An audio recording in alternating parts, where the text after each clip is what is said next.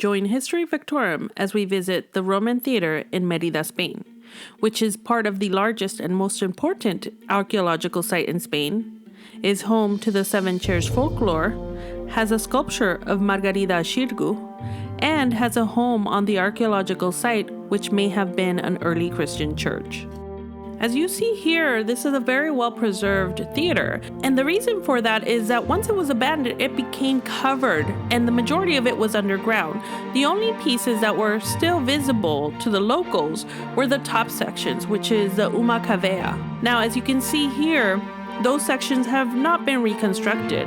So you can imagine that the locals saw these figures of 7 chairs at the very top. The back is straight and the front has that curvature like a chair. Now the folklore is that these were the 7 chairs where the 7 Moorish Kings sat to deliberate the fate of the city.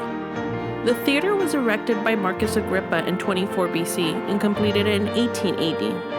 It is located in the northwest corner and at the highest point of elevation within the city.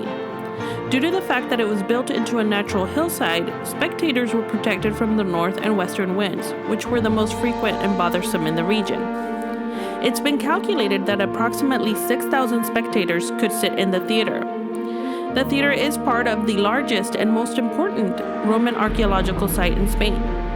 The city has many well-preserved Roman sites, including the amphitheater and circus.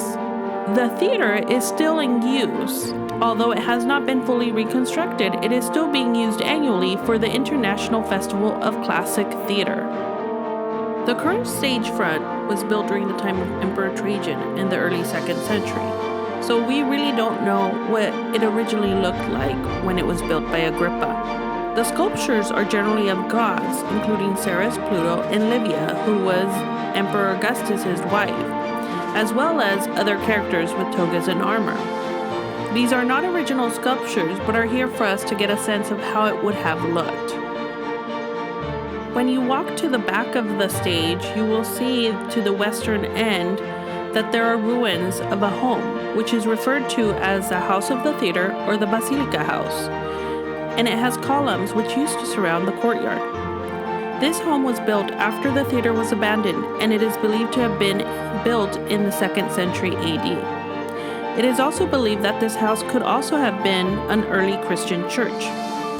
You can walk around and even look inside. As you can see here, they had mosaics with geometric designs on the floors, as well as frescoes on the walls. Here we have what is believed to have been images of servants. On the other end, you will see gardens and porticos, which were used as a recreation area with latrines located behind them. Within the portico, there was a small room dedicated to the imperial cult. A portrait of the first Roman emperor, Augustus, who had, just like his wife, been posteriorly made a god, was found here. Here you can see the Plaza Margarita Xirgu, which is just next to the initial entry point that we took to come into the theater. And you can see here a contrasting sculpture of Margarita Xirgu, who was a famous Spanish actress and stage director who was very good friends with Federico Garcia Lorca. Thank you for joining History Victorum as we explored the Roman theater of Merida, Spain.